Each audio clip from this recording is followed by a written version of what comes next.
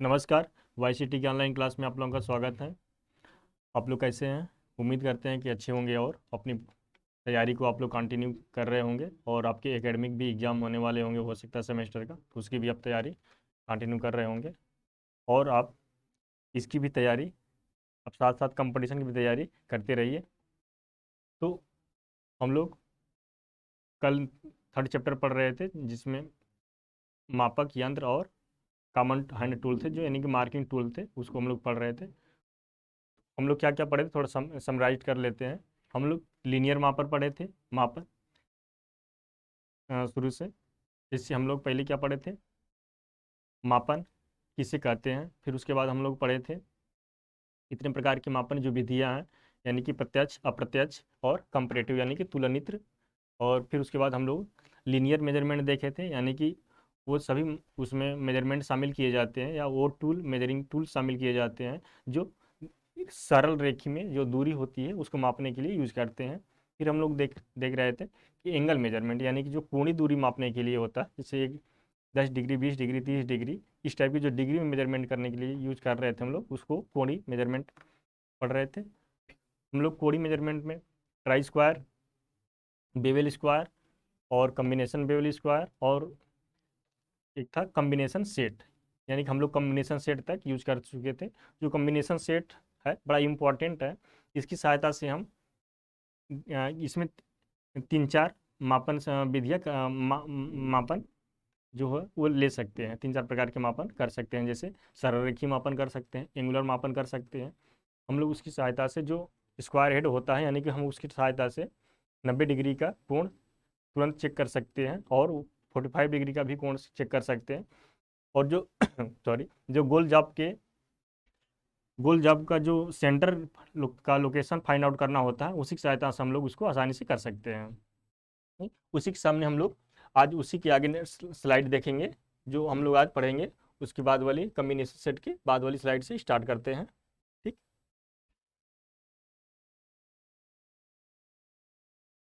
तो हम लोग को आज है थर्ड है, जो जो थर्ड प्रकार का जो मेजरिंग है, कौन सी है? रेडियल। रेडियल माप मेजरमेंट, यानी कि त्रिज्य मापन। ठीक। त्रिज्य मापन यानी कि रेडियल मेजरमेंट। इसमें रिंग गेज, यानी कि वो मेजरमेंट शामिल किए जाते हैं, यानी कि दूरी के ही मेजरमेंट होते हैं, बट वो मेजरमेंट शामिल किए जाते हैं जो सीधी लाइन में ना होकर के, ये इस सीधी लाइन में ना होकर के, बल्कि वो क्या होते हैं? कर्व लाइन में होते हैं। जैसे कोई ऐसे हो गया, आपका कोई जॉब है, तो इस टाइप का कोई आपका जॉब है। ठीक। ये इसको आपको मापन करना, इसका आपको माप लेना है, यानी कि किस शेप में है, तो इसकी सहायता से रेडियल मापन करते हैं हम। तो ये रेडियल मापन में आता है। जैसे किसी, ये बीच का हो गया, इसी का जैसे हमको किसी के कार्नर बनाना हो गया, यानी कि हमको यहाँ से काट कर कितना मीटर हेक्साइन करके निकाल देना है, सॉरी, या फाइलिंग करके निकाल देना है, तो इसको क्या करते हैं हम लोग? फिर ये रेडियल में बना लेते हैं, यानी कि इसको ये, तो फिर इसको बनाने के लिए हम लोग को जो जरूरत पड़ती है, यहाँ पे भी रेडियल मापन यूज किया जाता है। रेडियल मेजरमेंट यहाँ भी यूज किया जाएगा। ठीक। तो वही हम लोग पढ़ेंगे। तो इसमें क्यों क्या क्या शामिल होते हैं? रिंग गेज शामिल होगा, प्लग गेज शामिल होगा, रेडियल गेज शामिल होगा। ठीक। ये सब, ये ये गेज है, ये भी गेज है, और ये स्पेलिंग थोड़ी सी गलत हो गई है, GAUGE। ठीक। आप लोग इसको ठीक कर लीजिएगा, GAUGE। Radial ring gauge, plug gauge, radial gauge, ये लोग इन सब इंस्ट्रूमेंट को, या इन सब जो है मेजरिंग इंस्ट्रूमेंट, इनको हम लोग गेजेज वाले टॉपिक में पढ़ेंगे, यानी कि इसके जो नेक्स्ट टॉपिक आएगा उसी में हम लोग ये रेडियल माप में के लिए ring gauge, plug gauge, radial gauge ये पढ़ेंगे। ठीक। आप लोग ये जानते रहिए कि रेडियल मापन के लिए कौन कौन से यूज किया जाता है, ring gauge, plug gauge, radial gauge इत्यादि, ये सब आते हैं।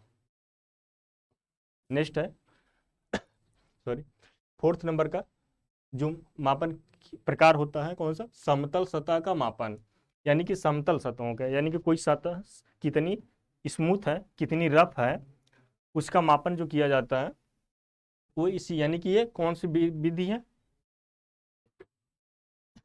ये न्यूमेरिकल नहीं है, ये एक तुलनित्र विधि है, यानी कि एक प्लेट होती है कोई हमारी, उसकी सहायता से इसको चेक किया जाता है, यानी पूरी सरफेस की एक्यूरेसी यानी कि उसकी रफनेस और उसकी स्मूथनेस से इसे चेक किया जाता है। तो इसमें क्या शामिल होते हैं, सरफेस गेज, यहाँ पे भी ये गेज गलत स्पेलिंग है, ये क्या हो जाएगा GAUGE, ठीक। सरफेस गेज, सरफेस प्लेट और डायल टेस्ट इंडिकेटर, एक इसमें आता है। डायल टेस्ट इंडिकेटर एक प्रकार का कंपैरेटर है,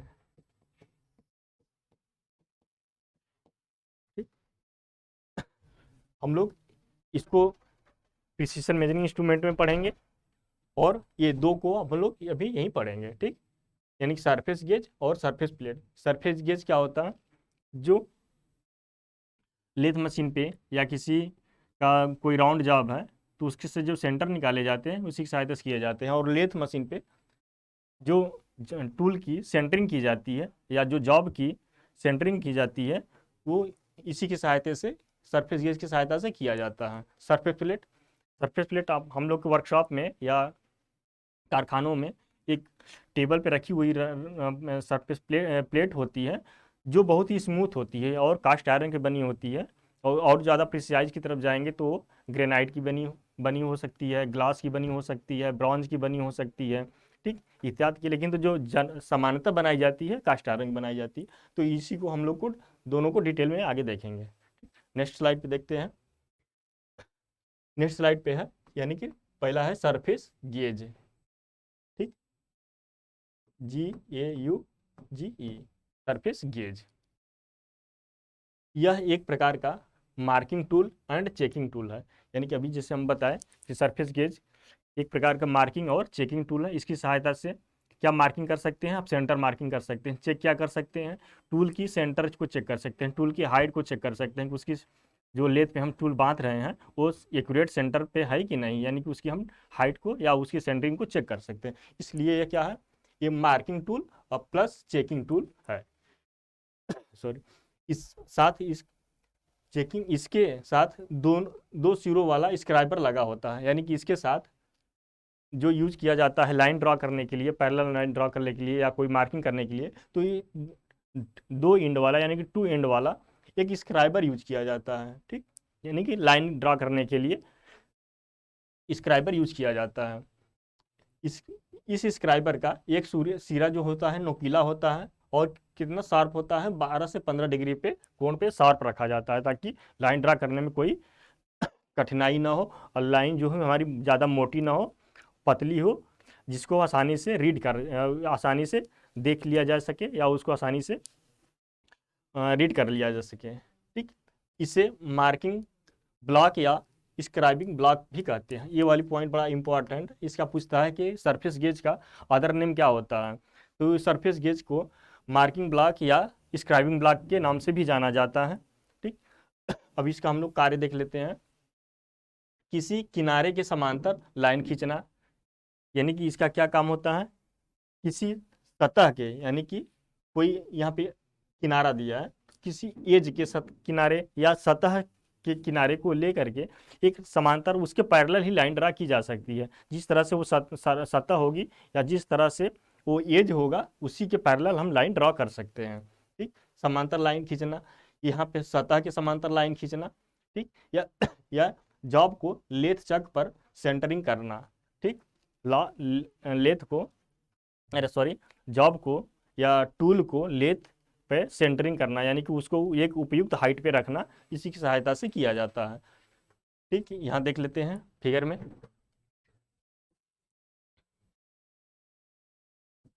ठीक है। फिगर में देख सकते हैं ये इस सरफेस गेज ब्लॉक है, ठीक।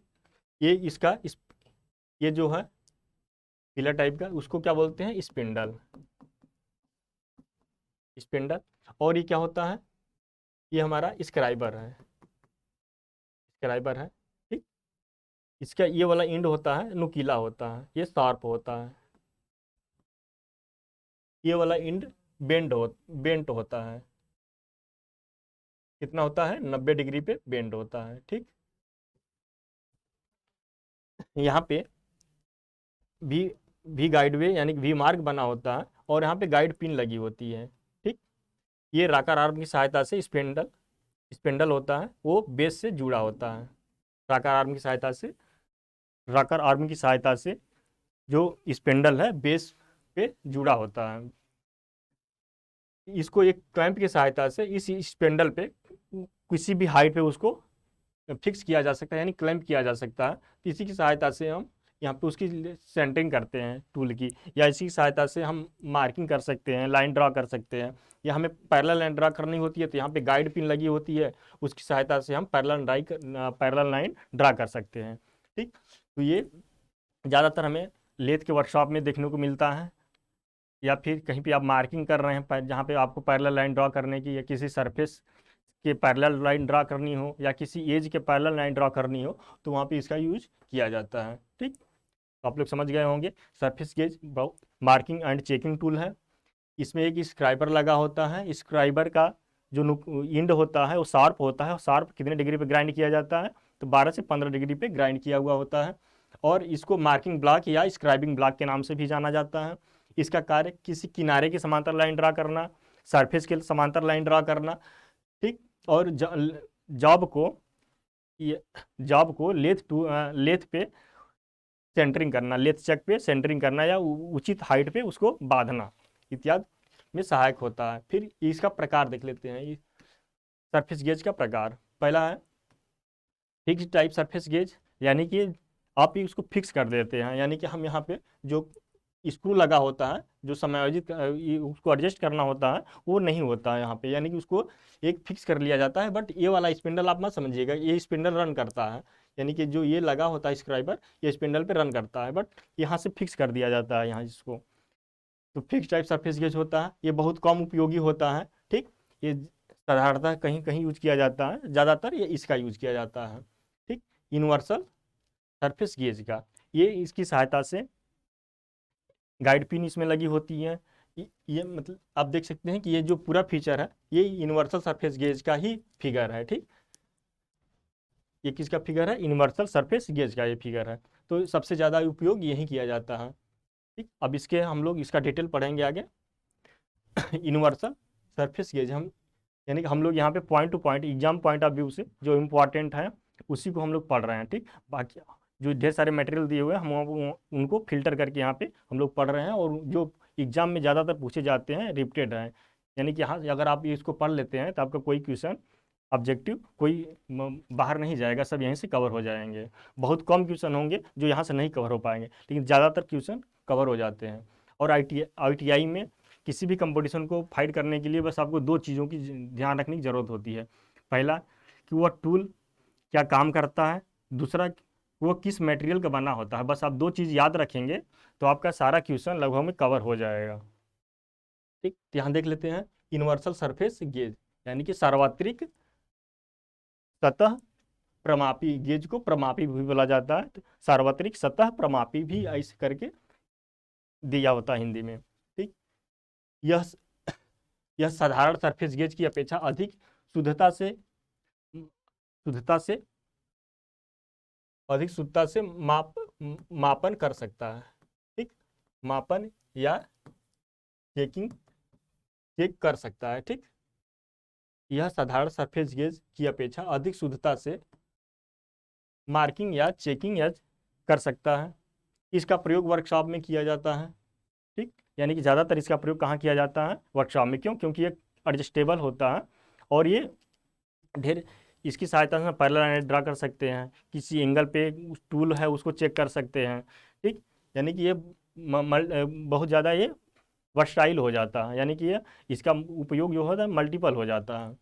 इसका सर्वाधिक प्रयोग लेथ पे किया जाता है। ये वाला पॉइंट आपको बहुत ज़्यादा फोकस करना है कि इसका पूछा जाता है कि सरफेस गेज का साधारणतः प्रयोग कहाँ किया जाता है, तो लेथ पे कार्य करते समय टूल को सेंटरिंग या जॉब को सेंटरिंग करते समय इसका प्रयोग किया जाता है। फिर नेक्स्ट है इसका पार्ट्स। इसके पार्ट्स में क्या क्या शामिल होते हैं? बेस बेस होता है, स्पेंडल होता है, ठीक, स्क्राइबर होता है, और रॉकर आर्म होती है, और एक गाइड पिन होती है, यानी कि 5 पार्ट में ये भाग बांटा जाता है। ठीक, अभी जो हम लोग देखे थे, यानी कि ये स्पेंडल हो गया, ये स्क्राइबर हो गया, ये बेस हो गया, ठीक, और ये राकर आर्म हो गई, राकर आर्म। आर्म मतलब कि जोड़ना, ठीक, आर्म मतलब क्या होता है, भुजा यानी कि जोड़ना। स्पिंडल को बेस से ये जोड़ती है। फिर ये जो दिख रहा है आपको, ये गाइड पिन है, ठीक, ये क्या है, गाइड पिन है।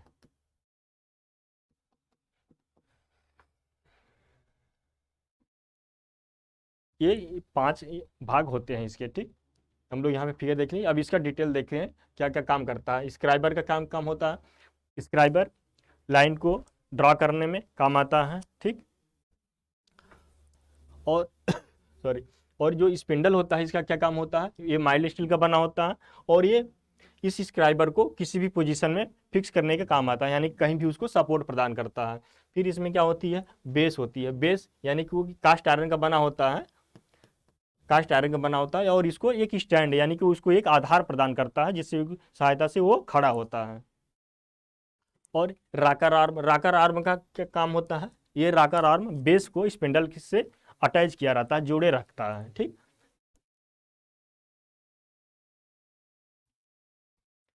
तो बेस कास्ट आयरन का बना होता है,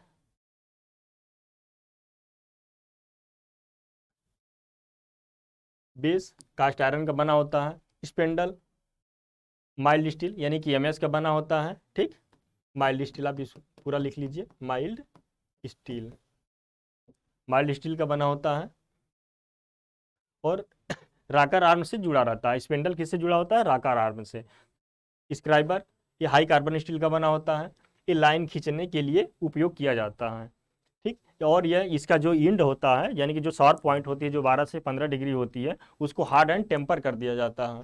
हार्ड एंड टेम्पर, और किससे की सहायता से किया जाता है, जो नाइट्राइडिंग मेथड होती है हार्डनिंग एंड टेम्परिंग की, उसकी सहायता से किया जाता है। यानी कि ये क्या है, एक प्रकार की केस हार्डनिंग है, ठीक। नेक्स्ट है राकर आर्म। राकर आर्म का क्या काम है, यही राकर आर्म का यही काम होता है कि ये बेस को स्पिंडल से जुड़ा रखता है, मतलब कि जोड़ने के काम आता है। इस बेस को स्पिंडल से जोड़ने का काम आता है, या स्पिंडल को बेस से जोड़ने का काम आता है, दोनों का मतलब सेम है, ठीक। या फिर गाइड पिन। गाइड पिन ये स्टील की बनी होती है, यानी कि माइल्ड स्टील की बनी होती है, और केस हार्ड कर दिया जाता है, यानी कि हार्डनिंग और टेम्परिंग कर दी जाती है।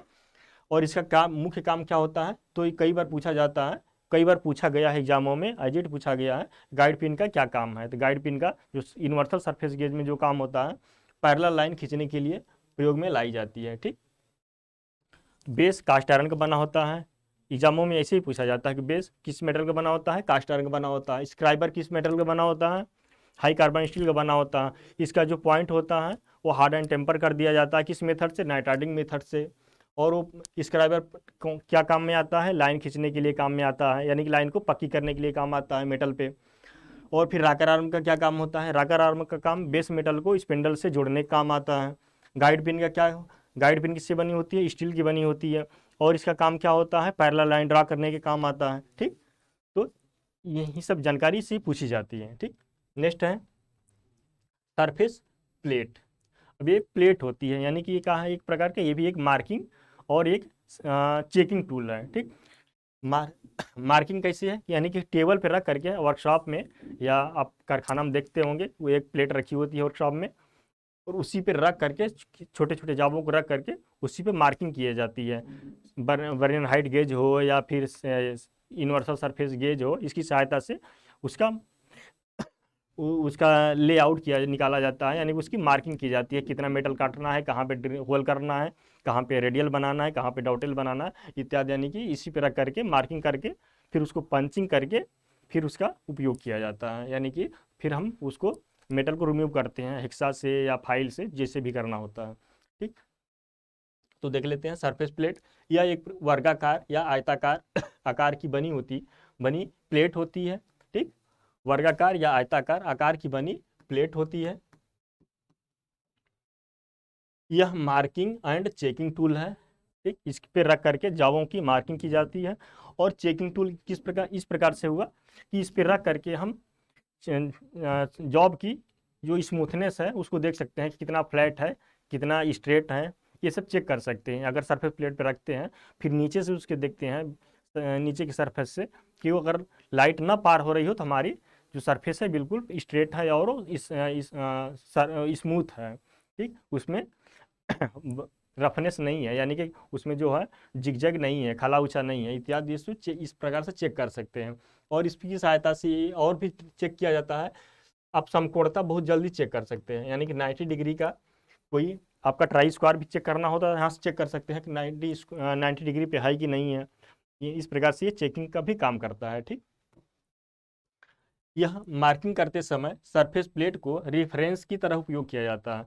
सबसे बहुत बार पूछा गया है कि मार्किंग करते समय किस वर्कशॉप में मार्किंग करते समय किस उपकरण का उपयोग किया जाता है। तो ये सरफेस प्लेट दिया रहेगा, ड्राइंग दिया रहेगा, ड्राइंग शीट दिया रहेगा, इत्यादि दिया रहता है, तो हमें क्या वहाँ पे मार्क करना है सरफेस प्लेट, ठीक। या इसके जगह पे अगर सरफेस प्लेट नहीं दिया रहेगा तो मार्किंग ऑफ टेबल लिखा रहता है।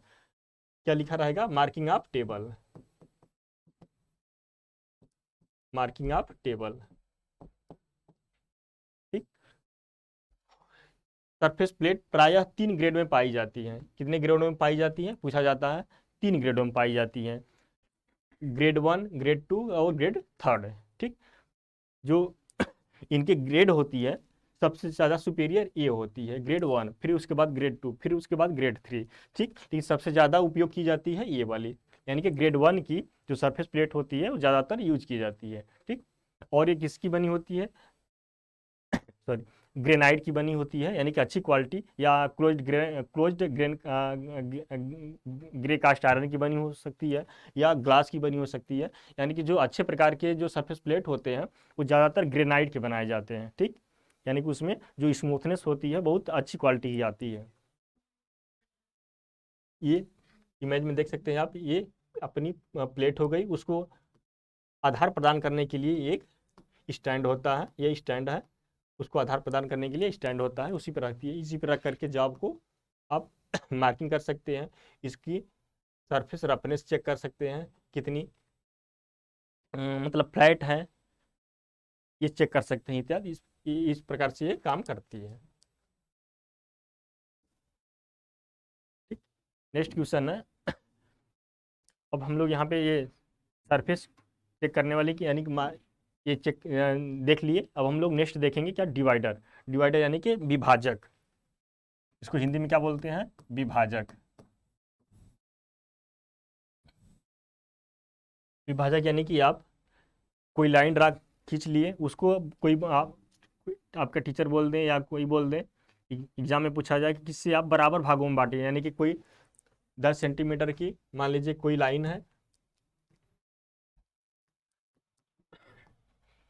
10 सेंटीमीटर की लाइन है, इसको बोल दिया जाए कि आप इसको लगभग में 25 भागों में बांटिए, 25 भागों में आपको बांटना है, ठीक।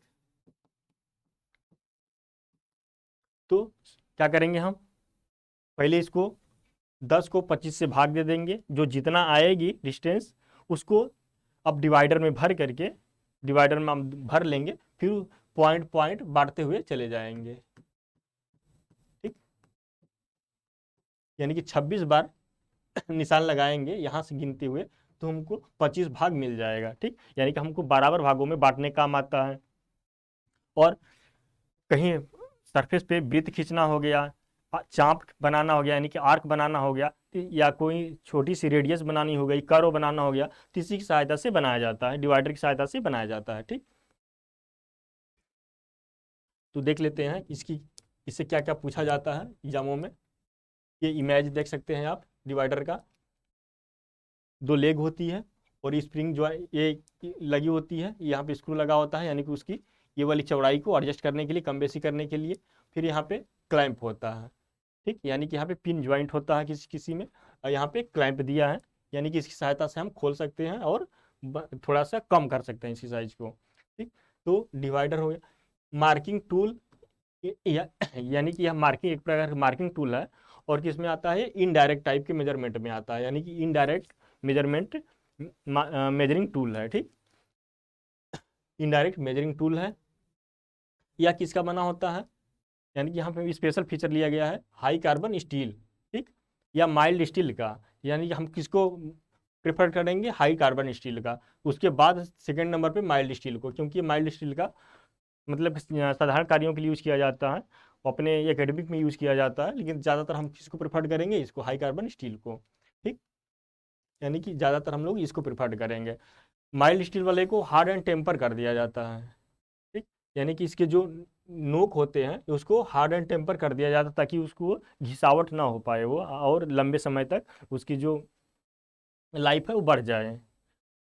ठीक, अब इसका देख लेते हैं, इसको जो क्या क्या ये वर्क करता है, इसकी क्या क्या विशेषता होती हैं।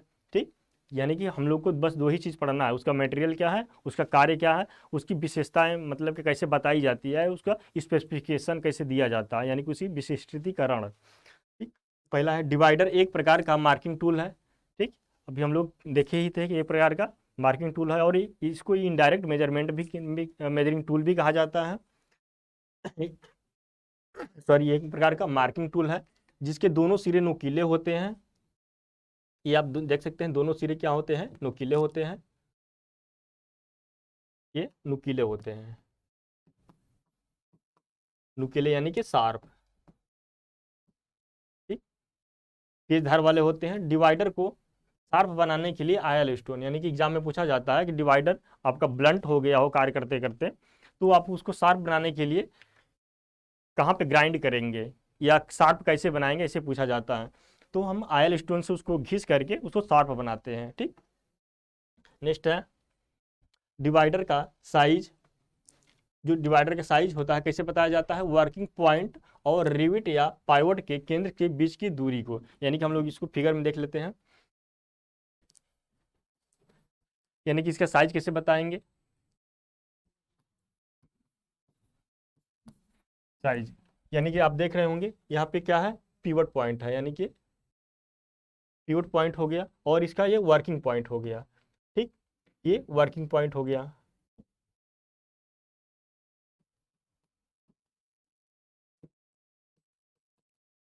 ये वर्किंग पॉइंट है, वर्किंग पॉइंट। तो यहाँ से जो दूरी होती है इसकी, इसी से इसकी साइज बताई जाती है। अगर मान लीजिए ये 10 सेंटीमीटर है, इसकी साइज कितनी हो जाएगी, 10 सेंटीमीटर हो जाएगी। यानी कि इसकी साइज वर्किंग पॉइंट से जो ये सेंटर होता है, इसका जो रिवट होता है या पायोट होता है, उसके बीच की दूरी से दी जाती है। ठीक, तो इसकी साइज जितना रहेगा उतने ही इसके डिवाइडर का साइज हो जाएगा। साइज वर्किंग पॉइंट रिविट या पाइवोट के केंद्र के बीच की दूरी से दी जाती है या ली जाती है या बताई जाती है। ठीक, यह प्रायः हाई कार्बन स्टील से बनाए जाते हैं और इनके पॉइंट को हार्ड एंड टेम्पर्ड कर दिया जाता है। ठीक, यह कहीं कहीं आपको माइल्ड स्टील भी लिखा हुआ रहता है, बट हम इसको प्रेफर करेंगे हाई कार्बन स्टील को। ठीक, उसके बाद इसको पे इस ऑप्शन पे जाएंगे, यह हार्ड एंड टेम्पर कर दिया जाता है। इसका कार्य उपयोग देख लेते हैं कि इसका कार्य क्या है या उपयोग क्या है। यह लाइन को बराबर भागों में बांटने का काम आता है। ठीक, यानी कि आप कोई भी लाइन है कितने बराबर भागों में बांटना है, पहले उस दूरी को जितने बराबर भागों में बांटना होता है उसे डिवाइड कर लेंगे, फिर देख लेंगे कि एक भाग का मान कितना आ रहा है, फिर उसी डिवाइडर में उसको भर करके दूरी को बार फिर काटते हुए हम लोग पूरी लाइन पे चले जाएंगे। फिर दूसरा, जाब की सरफेस पर चाप या वृत्त खींचने के काम आता है, यानी कि बराबर भागों में का बांटने का काम आ जाए, बराबर भागों में बांटने का काम आता है, चाप या वृत्त खींचने के काम आता है, या स्टील रूल से माप को जाब पर स्थानांतरित करने में भी काम आता है। यानी कि आप कोई इससे दूरी भर लिए हैं, आप उसको नहीं मालूम कितनी दूरी है, तो आप उसको स्टील रूल पे रख करके उस दूरी को पढ़ सकते हैं, यानी कि इनडायरेक्ट टाइप का मेजरिंग टूल है। ठीक, यह यह दो प्रकार का होता है, यानी कितने प्रकार का होता है, दो प्रकार का होता है। पहला फर्म ज्वाइंट, यानी कि जो दृढ़ता पूर्वक जुड़ा हुआ हो, और दूसरा स्प्रिंग ज्वाइंट, यानी कि जो स्प्रिंग से जुड़ा हुआ हो। तो फर्म ज्वाइंट का प्रयोग फिक्स टाइप में, इसको फिक्स टाइप भी डिवाइडर बोला जाता है, और स्प्रिंग टाइप को फ्लेक्सिबल टाइप भी इस डिवाइडर बोला जाता है। ठीक, तो सबसे ज़्यादा स्प्रिंग ज्वाइंट का प्रयोग किया जाता है डिवाइडर का, और इसका बहुत कम किया जाता है। ठीक, तो पूछा जाता है कि डिवाइडर कितने प्रकार के होते हैं, तो बेसिकली डिवाइडर दो प्रकार के होते हैं ज्वाइंट के आधार पे, फर्म ज्वाइंट और स्प्रिंग ज्वाइंट। स्प्रिंग ज्वाइंट काफ़ी वर्सटाइल होता है और फर्म ज्वाइंट एक रिजिड एक फिक्स होता है। ठीक, नेक्स्ट है ट्रेमल।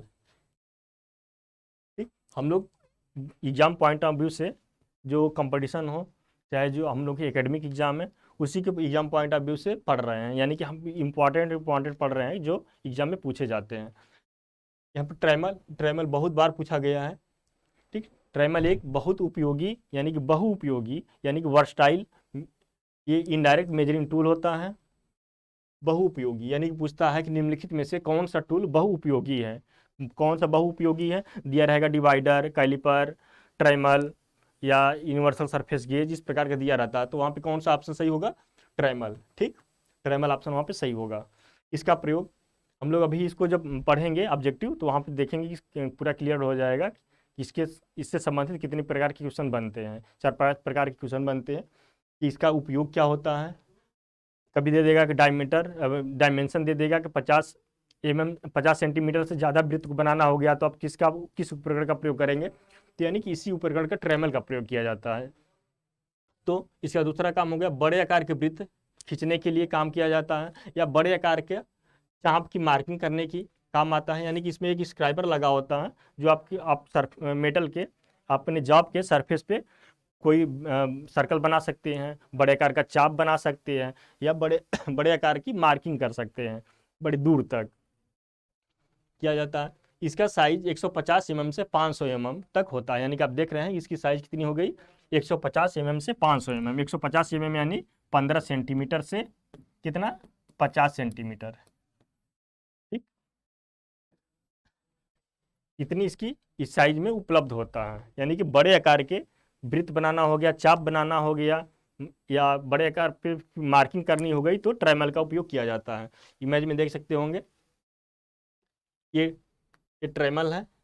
ठीक, इसके एक दो लेग हो गए, जो एक यहाँ पे एक शार्प पॉइंट यहाँ हो गया और एक यहाँ हो गया। इसको फिक्स कर लिया जाता है अपने मेटल पे या अपने सीट पे, फिर उसी की सहायता से घुमा करके आप इसकी सहायता से बनाया जाता है। कोई आर्क बना रहे हैं, बना रहे हैं, या कोई चाप बना रहे हैं, या कोई मार्किंग कर रहे हैं, इसकी सहायता से किया जाता है। ठीक, नेक्स्ट है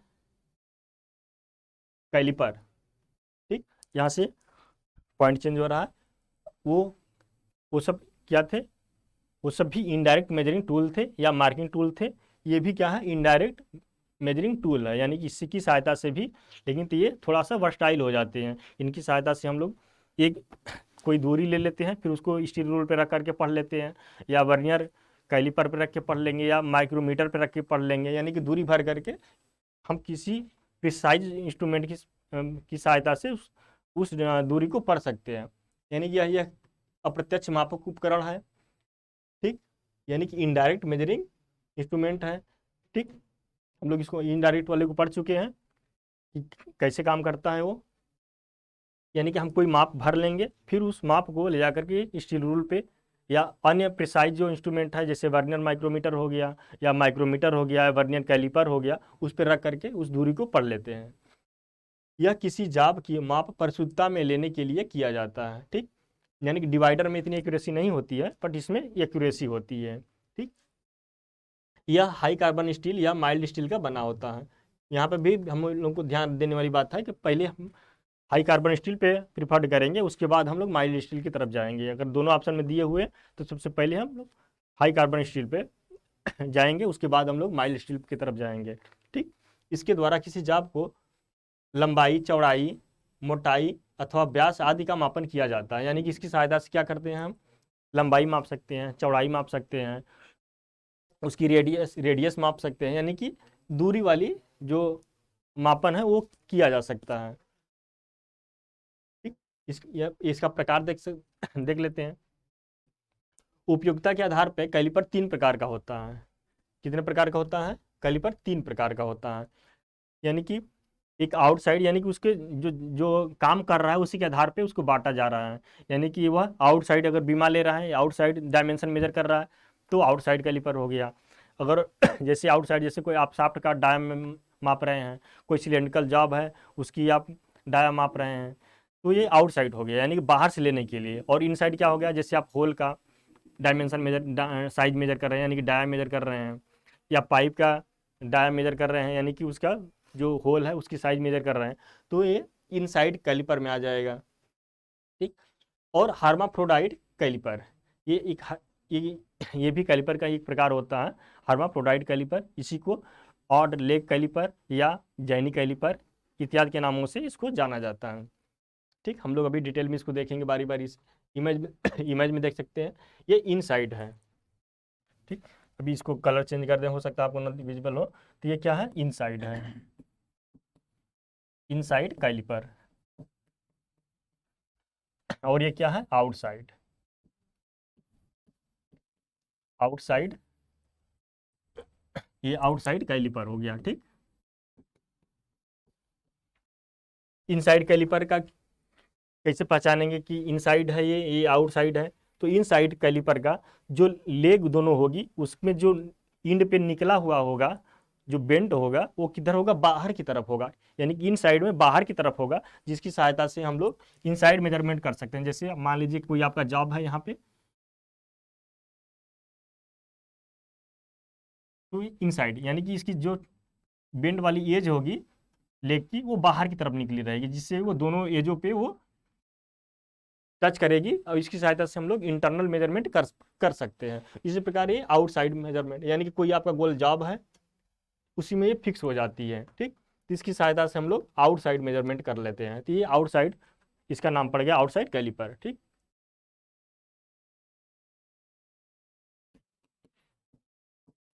इनसाइड कैलिपर।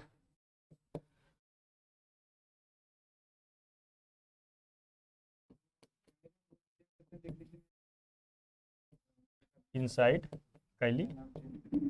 कैलिपर। ठीक, यानी कि इसके मेजरमेंट करने के तरीके के आधार पे ही इसका क्लासिफिकेशन किया जाता है, इनसाइड, आउटसाइड और एक हर्माफ्रोडाइट कैलिपर। हर्माफ्रोडाइट में क्या विशेषता होती है कि उसकी एक एज लेग को स्ट्रेट रखा जाता है और दूसरी को बेंड कर दिया जाता है। ठीक, अभी हम लोग आगे उसका डिटेल देखेंगे आगे। तो कैलिपर ये अप्रत्यक्ष मापक उपकरण है, इसकी सहायता से मैंने डिवाइडर की अपेक्षा अधिक परिशुद्धता में ये मापन कर सकता है, यानी कि इनडायरेक्ट मेजरमेंट है, कर सकते हैं। और फिर यह हाई कार्बन स्टील या माइल्ड स्टील का बना होता है। इसके द्वारा लंबाई, चौड़ाई, मोटाई, व्यास या स्लॉट की चौड़ाई, गहराई इत्यादि को मापन किया जा सकता है। और इसका प्रकार 3 प्रकार का होता है, आउटसाइड, इनसाइड और हर्माफ्रोडाइट कैलिपर। ठीक, नेक्स्ट देखते हैं। इस कैलिपर की एक हर्माफ्रोडाइट कैलिपर है ये, यानी कि थर्ड वाला हर्माफ्रोडाइट कैलिपर। ठीक, सबसे ज़्यादा क्वेश्चन यहीं से बनता है। अगर कैलिपर में सबसे ज़्यादा क्वेश्चन बनता है तो ये इसी क्वेश्चन से, इसी टॉपिक से बनता है, यानी कि इसी पॉइंट से, हर्माफ्रोडाइट कैलिपर। हर्माफ्रोडाइट कैलिपर, ठीक, इमेज में आप देख सकते हैं यहाँ पे हिंज रहता है, यानी कि पिन ज्वाइंट रहेगी या पाइवट ज्वाइंट रहेगी। ठीक, इसकी एक एज स्ट्रेट रहती है और नुकीली रहेगी, यानी कि जिससे आपको जो सरफेस पे वो फिक्स हो कर पाए उसको। ठीक, दूसरी एज बेंट होती है। ठीक, 90 डिग्री पे ये बेंट होती है, सॉरी, और ये अंदर की तरफ बेंड होती है। कहाँ पे होगी ये, अंदर की तरफ, यानी कि इनसाइड बेंड होगी।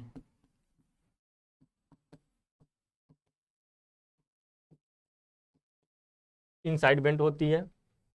ठीक,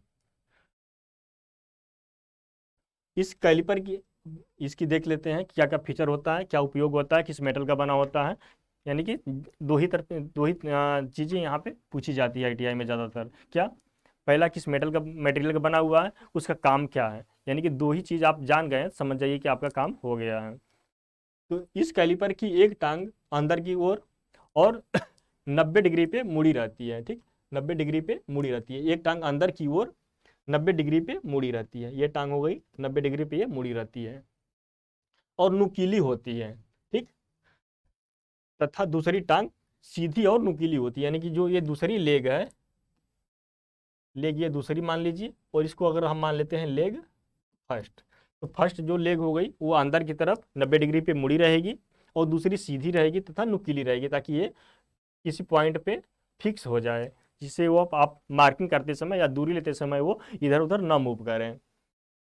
इसके द्वारा समांतर लाइन, आंतरिक बाह्य दोनों कोरों पे किया जाता है, यानी कि इसके सहायता से आप किसी शाफ्ट के ऊपर पैरेलल लाइन ड्रा कर सकते हैं, या किसी जो पाइप है उसके अंदर कुछ दूरी तक आप उसको उसमें लाइन ड्रा कर सकते हैं, यानी कि आंतरिक एवं बाह्य यानी कि आउटर दोनों कोरों पे यानी कि एज के समांतर आप लाइन ड्रा कर सकते हैं, या किसी गोल जाब के केंद्र को ज्ञात किया जा सकता है।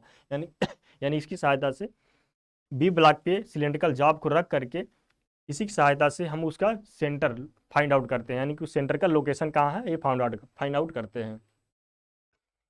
इसको जैनी कैलिपर यानी कि ये वाला पॉइंट बड़ा इंपॉर्टेंट है, पूछा जाता है कि इसको अन्य किस नाम से जाना जाता है। इसको जैनी कैलिपर के नाम से जाना जाता है, या ऑड लेग कैलिपर के नाम से जाना जाएगा, या लेग एंड पॉइंट कैलिपर यानी कि लेग एंड पॉइंट कैलिपर के नाम से भी जाना जाता है। यानी कि यह एक प्रकार 4 प्रकार की इसके नाम हो गए, hermaphrodite, jenny calliper, odd and leg calliper, और जो फोर्थ हो गया क्या हो गया, लेग एंड पॉइंटेड कैलिपर। ठीक, नेक्स्ट चलते हैं। सॉरी, अब ये मार्किंग टूल, हम लोग मार्किंग टूल देख लेते हैं। ठीक, ये वो मार्किंग प्लस चेकिंग या मेजरिंग इनडायरेक्ट मेजरिंग टूल थे। अब ये क्या है, मार्किंग टूल, यानी कि इसकी सहायता से हम लोग क्या करेंगे, मार्क करेंगे, किसी सरफेस पे मार्क कर लेंगे, यानी कि उस लाइन को पक्की कर लेंगे, ताकि हम लोग को जो जॉब बनाना हो गया या मेटल कितना रिमूव करना है, कितना शेप रखना है, इसमें हम लोग को मदद करता है। इसी की सहायता से हम लोग लाइन, जो मार्किंग टूल होता है, इसी की सहायता से हम लोग जो लाइन ड्राइंग के अनुसार होती है उसी को पक्का किया जाता है। ठीक, तो मार्किंग टूल में देख लेते हैं। यह हाई कार्बन स्टील का बना होता है, यानी कि सबसे पहला मार्किंग टूल किसके बने होते हैं, हाई कार्बन स्टील के बने होते हैं। यानी कि अगर आपको यहाँ पे माइल्ड स्टील भी दिया रहेगा कभी कभी, तो हम लोग सबसे पहले हाई कार्बन स्टील पे ही जाएंगे। ठीक, तब इसके बाद एलॉय स्टील पे जाएंगे। ये पहला हो गया इसका, यानी कि इसमें एक पंच होता है। ठीक, मार्किंग टूल एक, ये क्या होता है, पंच होता है। पंच पंच क्या करता है, ये किसी जो आपकी मापन जो लाइन खींच रहे हैं या जो माप किए हैं, यानी कि पहले जो माप को लिख देते हैं, माप को पक्का करना। ठीक,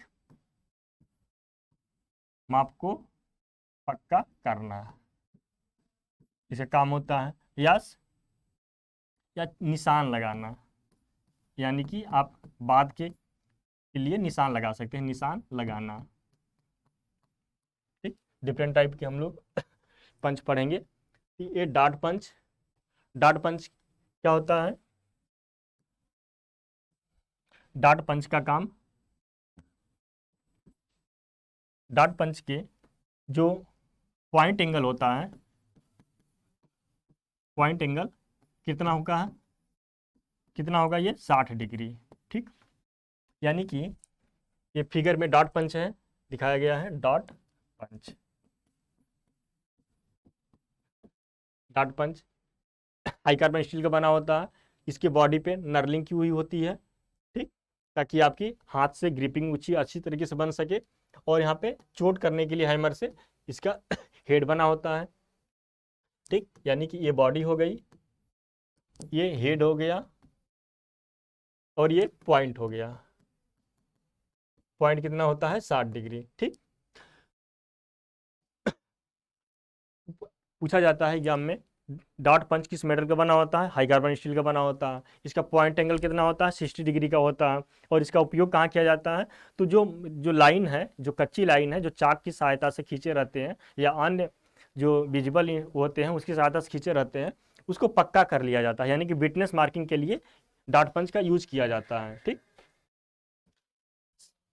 सभी पंच का जो मटेरियल होता है हाई कार्बन स्टील होता है, बस अंतर क्या आ जाएगा उन समूह में, अंतर अंतर क्या आ जाएगा, अंतर सब में कोण पॉइंट एंगल चेंज हो जाएगा। ठीक, तो सब में नर्लिंग ही रहेगा, सब में क्या होगा, पॉइंट एंगल चेंज हो जाएगा। तो हम लोग उसकी उपयोगिता के आधार पे उसका पॉइंट एंगल चेंज कर लेते हैं, या आज पर जैसे मटेरियल है, जिस प्रकार की मार्किंग करनी है, जिस प्रकार का जॉब है, उसकी सहायता से हम लोग उसको बना लेते हैं। ठीक, तो डॉट पंच हो गया, इसका डिग्री 60 डिग्री हो, इसका जो पॉइंट एंगल हो गया 60 डिग्री हो गया। सेंटर पंच हो गया, इसका पॉइंट एंगल 90 डिग्री होता है, बाकी सब फीचर वही रहेगा। सेंटर पंच यानी कि जो आप हम लोग ड्रिल करते हैं, होल बनाते हैं किसी जॉब में, तो उसमें एक सेंटर निकालने के लिए यानी कि सेंटर पंच की सहायता से उस पर मार्क कर लेते हैं, फिर ड्रिल बिट को उसी पे रख करके, यानी कि वो सेंटर काम करता है, फिर हम ड्रिल होल करते हैं। तो इसलिए इसको सेंटर पंच यानी कि ड्रिल के लिए सेंटर प्रदान करने के लिए जो पंच यूज किया जाता है उसको सेंटर पंच के नाम से जाना जाता है। प्रिक पंच इसका 30 डिग्री होता है और इसका काम सॉफ्ट मेटल पे यूज किया जाता है, यानी कि ये भी सॉफ्ट मेटल पे निशान लगाने के लिए। ठीक, जैसे डॉट पंच हो गया सॉफ्ट शीट, उसी तरह से इसका प्रयोग किया जाता है। बट इसका प्रयोग कहाँ किया जाएगा, जैसे सॉफ्ट मेटल जैसे हो गए एल्यूमिनियम हो गया, कॉपर हो गया, ब्रास हो गया, या थिन जो शीट मेटल वर्क है उस पर यूज किया जाता है प्रिक पंच। फिर एक पिन पंच है, पिन पंच ये भी सॉफ्ट मेटल पे यूज किया जाता है, यानी बहुत सूक्ष्म निशान लगाने के लिए किया जाता है, एकदम माइन्यूट पॉइंट लगाने के लिए, निशान लगाने के लिए, यानी कि इसका प्रयोग किया जाता है। ठीक, बेल पंच, जो बेल पंच होता है ये भी निशान लगाने के लिए यूज किया जाता है। ठीक, नेक्स्ट है सॉलिड ऑटोमेटिक पंच, ये बड़ा इंपॉर्टेंट पंच होता है, इसमें हमें हैमरिंग की जरूरत नहीं पड़ती है, हैमर की जरूरत नहीं पड़ती है, ये ऑटोमेटिक पंच होता है। ठीक, ये किसकी सहायता से वर्क करता है, ये स्प्रिंग की सहायता से वर्क करता है, यानी कि इसमें जो इस पोटेंशियल एनर्जी होती है स्प्रिंग की उसका यूज करता है, स्प्रिंग की सहायता से कार्य करता है, यानी कि इसलिए ऑटोमेटिक पंच इसको बोलते हैं। ये हो गया, ये सॉलिड पंच हो गया, यानी कि कोई होल बनाने के लिए, जैसे कोई सॉफ्ट मेटल है कम मोटाई की, ज़्यादा ज़्यादा मोटा नहीं है, तो उस पर क्या करते हैं सॉलिड मेटल की सहायता से उस पर कट कर लेते हैं। ठीक, यानी कि जो ब्लैंकिंग करते हैं उसकी सहायता से उसको कट कर लेते हैं। फिर हालो पंच, हालो पंच ये भी सॉफ्ट मेटल पे आप जब आप ब्लैंकिंग क्रिया कर रहे हैं, जैसे कि वाशर वाशर बनाना, हमको एक मेटल शीट मेटल मिल गई, उससे हमें वाशर बनाना हो गया, तो उससे काट करके हालो पंच की सहायता से हम लोग निकाल लेते हैं उसको। ठीक, वेव्ड पंच, वेव्ड पंच क्या होते हैं, ये मुड़े होते हैं। ठीक, यानी कि जिस हमें शेप में काटना होता है उस शेप में ये मुड़े होते हैं, फिर उसी की सहायता से हम लोग उसको काट लेते हैं, यानी वेव्ड यानी कि जिगजैग में इस टाइप में मुड़े रहते हैं। ठीक, लेटर पंच या नंबर पंच, लास्ट है लेटर पंच या नंबर पंच, यानी कि इस पर जब कोई जॉब फाइनल बन जाता है, हमें कोई मार्किंग करनी हो गई, कोई नंबर डालना होगा कि कितने नंबर का है, 1 2 3, यानी कि 1 से लेकर के 0 से लेकर के 9 तक ये अंक इसमें अंकित होते हैं, उसी की सहायता से हम पंच करके फिर नंबरिंग कर लेते हैं।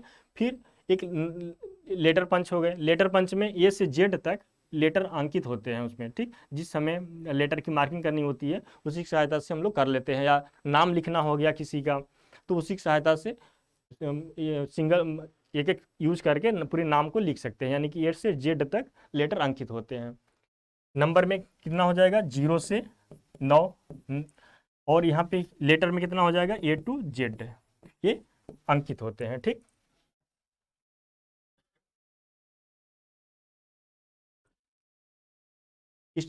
स्ट्राइकिंग टूल हम लोग आज इतना ही करते हैं, फिर हम लोग कल स्ट्राइकिंग टूल यानी कि जो हैमर है और मैलेट है ये सब इत्यादि को पढ़ेंगे। फिर उसके बाद हम लोग क्या देखेंगे, उसके बाद फिर हम लोग वो जो स्क्राइबर है वो पढ़ेंगे।